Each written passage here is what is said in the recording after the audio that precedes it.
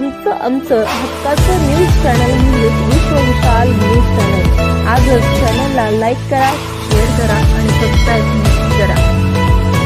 नमस्कार आणि स्वागत आहे आपल्या सर्वांचं विश्व विशाल न्यूज मध्ये। मी विशाल जगदाळे आपल्या समोर आज वेगळा विषय घेऊन आलेलो आहे।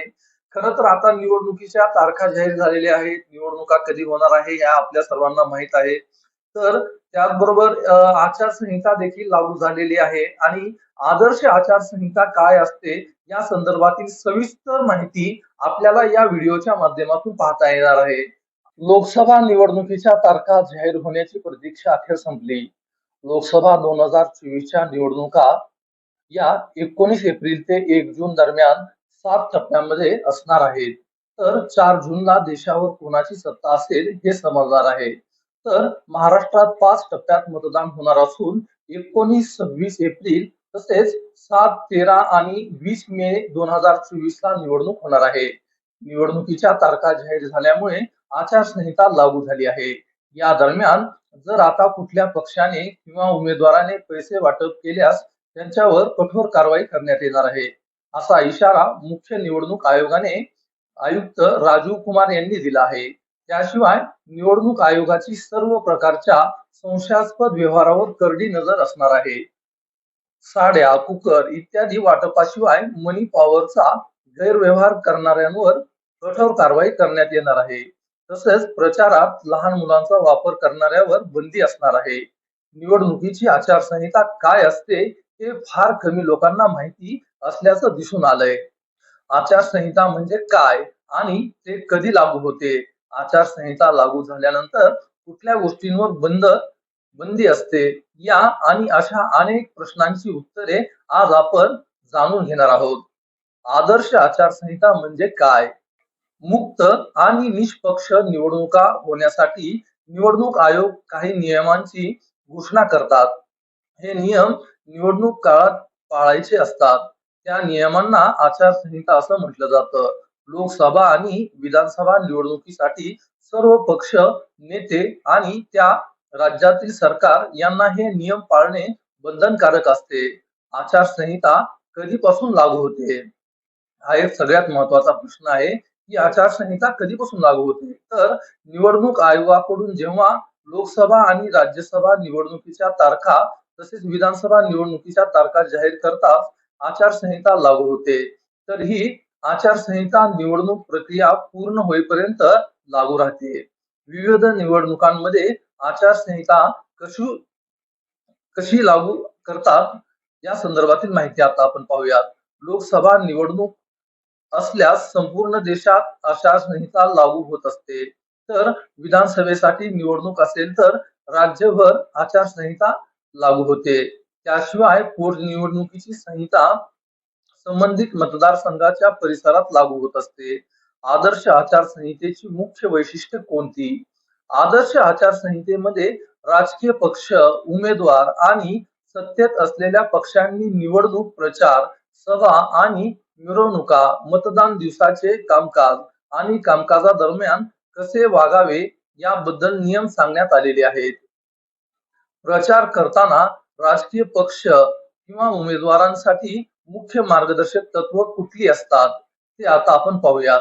निवडणूक प्रचारादरम्यान कोणताही पक्ष किंवा उमेदवार परस्पर द्वेष निर्माण होईल किंवा विविध जाती आणि समुदायामध्ये धार्मिक किंवा भाषिक तेढ निर्माण होईल असे कुठल्याही प्रकारचे कृत्य करू शकत नाही। निवडणूक प्रचारासाठी धार्मिक स्थळांचा वापर करता येतो का? मंदिर, मशिदी, चर्च, गुरुद्वारा किंवा इतर धार्मिक स्थळ यांचा निवडणूक प्रचारासाठी व्यासपीठ म्हणून वापर करण्यावर आचारसंहिता काळात बंदी असते। शिवाय मत मिळविण्यासाठी जातीय भावनांना आवाहनही करणं चुकीचं मानलं जातं।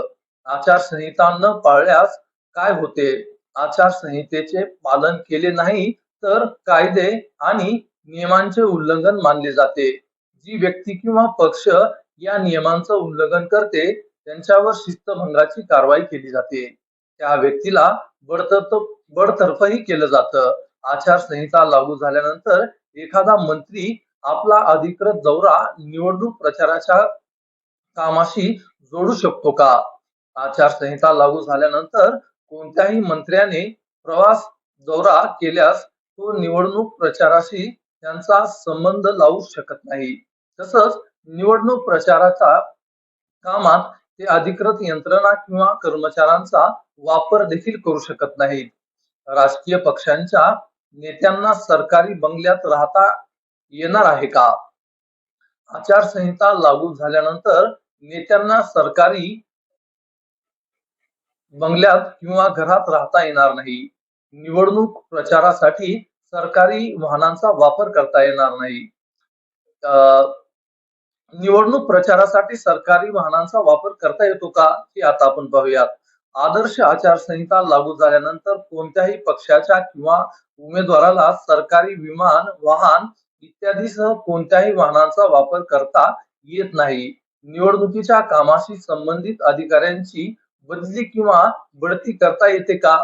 तर त्या संदर्भात आपण माहिती पाहूयात.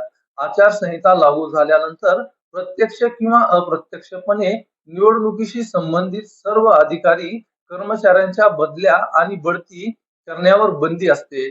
जर एखाद्या अधिकाऱ्याची बदली किंवा बढती अतिशय आवश्यक असेल तर त्यासाठी निवडणूक आयोगाची परवानगी घेणे आवश्यक असते.